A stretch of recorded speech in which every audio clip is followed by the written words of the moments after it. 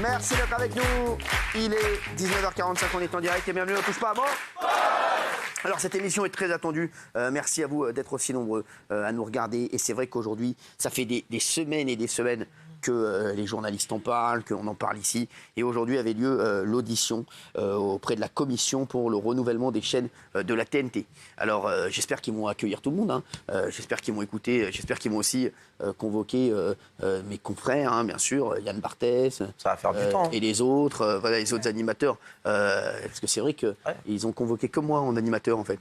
Le seul animateur convoqué, 2h30 au lieu de 2h. Donc bon, moi c'était sympa, parce que bon, j'aime bien ce genre de petites réunions comme ça, mais bon, quand même, quoi, voilà. Donc bon, voilà. Ah oui. Non mais justement le fait que ça a été diffusé, bon c'est super parce que c'est passionnant à regarder, mais je trouve que c'est un peu biaisé le traitement parce que j'ai l'impression que tout le monde s'est un peu fait un kiff avec cette audition, que les députés, il y en a qui ont eu leur petit quart d'heure de gloire en vous interrogeant. Il y avait même une journaliste au début de l'émission qui a lancé le truc comme un événement sportif. Elle a dit allez bonne audition à tous. Donc il y avait un côté, elle est sympa. Non mais bien sûr c'était très sympa, mais il y avait un côté divertissant qui a peut-être biaisé la manière dont ils vous ont interrogé et peut-être comme vous l'avez dit tout à l'heure, il y en a qui ont voulu un peu entre guillemets se faire Hanouna à l'antenne parce qu'ils savaient que c'était retransmis à la télévision. Alors infotainment. Ouais c'est ça exactement. Ils ont joué ce jeu-là en fait. Alors Gilles Verdez, qu'est-ce que vous voulez dire ? Je voulais dire que je voulais revenir sur le rôle de la LFI. On sent qu'à l'intérieur de la commission, il y a eu des frictions. Le président a fait une introduction un peu bizarre en disant qu'il y a eu un vote ce matin. La LFI, ils ont voulu noyauter la commission. Et d'ailleurs, heureusement que le président a pris de la hauteur pour tenter de les freiner. Mais, messieurs Saintoul et Guiraud, ils étaient là.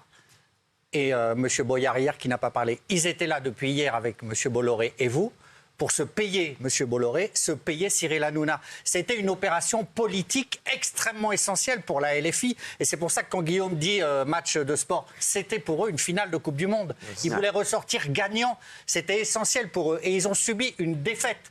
Mais quand vous dites ils n'ont pas bossé, ils s'en foutent de l'émission. Eux, ce qu'ils voulaient, c'était foncer dans leur truc. Et ils ont échoué parce qu'ils ont été justement trop agressifs.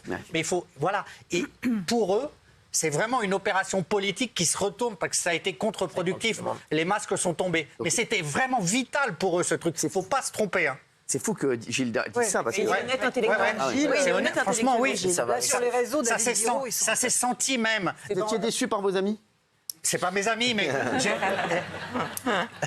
Comme vous êtes intelligent, et M. Bolloré aussi, vous avez démasqué, contourné le piège, mais qui était redoutable. Ce sont quand même des élus qui jouaient chez eux, à domicile, dans leur cadre, même dans leur organisation, dans les regards. Je présuppose pas, mais quand ils sont sur leur téléphone, est-ce qu'ils échangent pas sur la prochaine question, tout ça ? Mais voilà, ils avaient très bien préparé leur coup. Des questions peut-être qui viennent d'autres députés qui sont pas là. Absolument. Madame Larcher, quand vous avez parlé, vous, à un moment donné, d'un tweet, on ne touche pas au téléphone, on ne communique pas avec l'extérieur. Et tu as même dit, je vais confisquer les téléphones. Parce que tout le monde était sur leur téléphone. Et quand tu dis, Gilles, oui, c'est vrai qu'il y a des pièges, bien sûr qu'il y a des pièges. Et pourquoi c'est pas préparé ? Quand le gars te pose la question, combien vous touchez, Cyril Hanouna ? Normalement, si tu poses cette question, tu sais que le gars doit te répondre. Et là, qu'est-ce que tu lui as répondu ? Je vous répondrai plus tard, je ne suis pas obligé de vous répondre là, en public. Donc ne pose pas la question si c'est pour te faire rembarrer. J'ai trouvé ça scandaleux de demander à quelqu'un combien tu touches devant tout le monde. Est-ce que vous avez trouvé la question déplacée ? C'est la vérité, Benaïm. Oui, elle est hors propos, c'est pas le sujet, c'est pas du tout le sujet du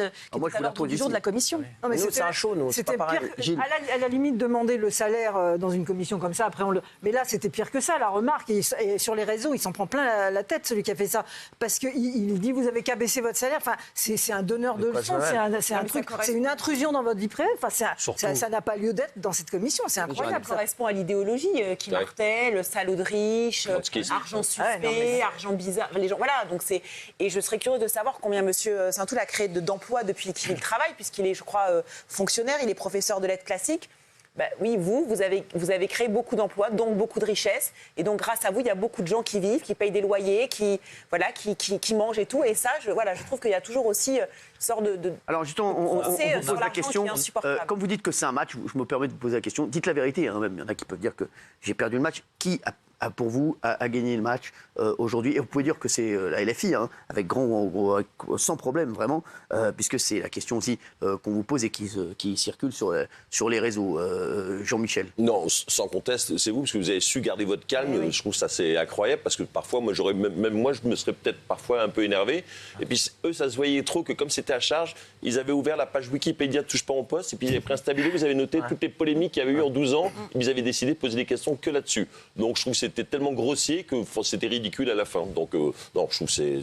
Et le match, en fait, il s'est joué sur qui allait potentiellement perdre ses nerfs et qui allait montrer sa potentielle mauvaise foi. Ouais. Et vous êtes resté très neutre et très factuel. Vous n'êtes jamais pris personnellement à des personnes ni de la LFI ni à eux. Et eux, par contre, avec ce genre de propos complètement déplacés sur le salaire, le mec fait une remarque. Non seulement il pose la question, mais en plus, il vous fait une remarque. Il dit vous avez qu'à baisser votre salaire. Il montre clairement qu'il ne peut pas vous blairer. Et donc, il a perdu le match d'emblée. Il est disqualifié. En plus, c'était au début. Donc, ça veut dire qu'il ne vous aime pas et que toute l'audience va être à charge. Non, mais en plus, quand ça, ils ont perdu. Vous avez cette remarque, elle ne fait même pas partie d'un questionnement. C'est ça. Quand il dit vous avez qu'à baisser votre salaire, en réalité c'est lié à une sanction. Il te fait déjà le procès alors que tu as déjà répondu à ce moment-là qu'il y a des compensations et que tu t'es mis d'accord, etc. Et que donc ça veut dire qu'il y aura peut-être moins d'heures de programme. Enfin bon, donc tu donnes déjà un élément de réponse et puis il dit ah ben vous avez qu'à baisser votre salaire, sous-entendu vous êtes trop payé. Donc je trouve qu'il y a une forme si je peux me permettre sur cette remarque, moi, j'ai envie de citer ce grand artiste.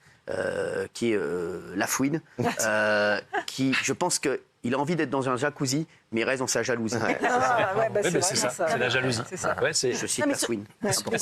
Et surtout, c'est qu'après, en faisant ce genre de réflexion, ça discrédite toute l'impartialité qui est censée émaner de cette commission, puisque normalement, c'est une commission qui est là pour réfléchir, pour essayer de comprendre, et puis après de rendre un rapport. Donc là, immédiatement, c'est discrédité. Le deuxième point, moi, je trouve qui affaiblit beaucoup, entre guillemets, l'accusation, c'est que les termes les plus durs et les plus politiques, en réalité, viennent de la LFI. C'est-à-dire que je trouvais que toutes les autres questions étaient des vraies questions d'industrie liées à la télévision, et donc elles étaient intéressantes et assez neutres.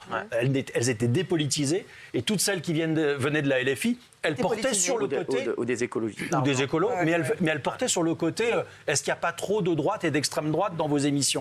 Il y a une dame à un moment qui m'a demandé, Raymond, je voudrais que tu réagisses sur ça, il y a une dame à un moment qui m'a demandé de faire moins d'antennes. Ça, c'est ça qui m'a choqué. Et attends, je voulais juste terminer là-dessus. Avant Raymond, je voulais juste terminer là-dessus, Cyril, c'est que... pardon, mais le Rassemblement national, on en pense ce qu'on veut, mais ils ont un droit de parole et ils ont un droit dans les commissions, ils sont élus, ils sont dans un espace républicain, et tant qu'il n'y a rien d'interdit dans leurs agissements, je ne vois pas pourquoi ils n'auraient pas leur représentativité dans les émissions. Après, la vraie question, c'est est-ce qu'il y en a trop ou pas assez par rapport aux autres ? Mais là-dessus, tu as répondu, il y a des chiffres et c'est contrôlé par l'ARCOM. Et ils sont au deuxième tour. Ça, c'était la double lame avec combien vous gagnez, M. Hanouna. C'est la double lame, cette dame qui dit vous êtes un professionnel, vous êtes intelligent, pourquoi vous faites autant d'émissions ? C'est pas mieux de faire moins d'émissions. Moi, je suis en train de regarder, je dis mais qu'est-ce qu'elle raconte en fait ? D'abord, premièrement, est-ce qu'elle pense aux téléspectateurs ? Parce qu'il y a les chiffres, hein, les gens regardent, on ne fait pas des émissions pour 20 personnes. Donc déjà, premièrement, ça veut dire on s'en fout des téléspectateurs, il faut réduire la voilure et faire moins d'émissions. Et deuxièmement, j'ai envie de dire à cette dame que lui, il emploie des gens en fait. Donc si tu fais moins d'émissions, il y a des intermittents. Donc tu vas foutre des gens au chômage, des ingé sons, des maquilleuses, des coiffeurs. Donc c'est-à-dire, mettez des gens au chômage, payez moins de gens, payez moins d'impôts. J'ai envie de lui dire que les impôts, c'est avec ça qu'on te paye en fait. Donc après, elle jette son micro et elle se pousse en arrière comme si elle avait gagné la Coupe du Monde. Donc c'est pas comme ça, madame. C'est bien le jeter de micro, mais si on fait moins d'émissions, alors que c'est une émission qui marche, il y aura moins de pubs, il y aura moins de TVA, il y aura moins d'impôts, etc., etc. Et on pourra moins te payer et tu pourras pas jeter ton micro et te jeter en arrière. C'était la double lame, moi, elle m'a un peu déçu. C'est bizarre, je trouve ça bizarre de dire d'un député ou quelqu'un qui vient à l'Assemblée, de dire donnez-moi de travail aux gens. Parce que je l'ai pris comme ça, moi. Alors je suis peut-être un débile, hein, c'est pas nouveau, mais que moi, quand tu me dis moins d'émissions, c'est pas pour nous on s'en fout. On sera bien payé quand même ici. Mais tu as des intermittents derrière, tu as des gens dans la société derrière. Pas une seconde, elle se dit foutons des gens au chômage. Mais nous, on sera payé quand même avec les impôts des Français. Parce que c'est ça, en fait, quand ils sont là, quand tu les vois là. Bon, moi, je les ai vus là, je dis, bon, c'est quand même avec l'argent. Alors, sachez qu'ils font tous là, des vidéos sur les réseaux, parce qu'apparemment, ils sont un peu déçus du match. Ils disent, donc, voilà, on voit qu'elle a fait une vidéo, là, elle est en train de faire une vidéo sur Twitter, où il dit, oui, il sort les chiffres de 2022. Bon, ils sont un peu énervés, parce que, voilà, ils sont un peu dans le seum, et ils sont en summer, là, donc voilà. On est obligé de sortir, excuse-moi, Cyril, on est obligé de sortir, et là, c'est là que t'es bon. Parce qu'on est obligé de sortir les chiffres de 2022, puisqu'à partir du moment où tu veux comparer quelque chose, il faut comparer quand toutes les équipes jouaient. Tu ne peux pas comparer quand les gens ne veulent pas venir. Si les gens de la LFI ne veulent pas venir, si les écolos ne veulent pas venir, tu ne peux pas dire on va faire des statistiques avec des gens qui ne veulent pas venir. Bien évidemment qu'il y aura plus de Rassemblement national, bien évidemment qu'il y aura plus de Renaissance, et bien évidemment que ça marche comme ça. On a pris les chiffres, vous avez pris les chiffres, toi et Lionel, de 2022, quand tout le monde venait. Et le classement, si tu l'as, tu peux même le redire là, parce qu'il est intéressant. Premier Renaissance, deuxième LFI, troisième RN. Voilà. Donc, bien sûr qu'on prend les chiffres. C'est plus facile parce que si on prenait leurs chiffres, c'est normal. Eux font la politique de la chaise vide. Bien sûr. La politique de la chaise vide, ça permet après de dire, regardez, on n'est pas présent. Mais ils ne disent pas derrière, on n'est pas présent parce que c'est notre volonté de ne pas être présent. Si l'équipe ne vient pas jouer, je gagne par forfait. Si vous venez pas, j'ai gagné. Exactement. Et tu as eu raison. De la gueule des sportifs russes aux prochaines Olympiades, alors qu'ils n'ont pas le droit de venir, dire vous avez eu 0 médaille, on n'a pas eu le droit de venir. Exactement. Tu as eu raison, je trouve, de rappeler aussi qu'une émission qui est face à la nôtre au même moment a une autre. Comment dirais-je, à une autre politique qui consiste à, pour ceux qui ne veulent pas voir venir, finalement, ils les diffusent via des magnétos. Avec un regard ironique, etc. Je trouve très très bien de le dire parce que je suis pas sûr que le grand public voit forcément toutes les facettes et comment parfois dans la télévision on peut.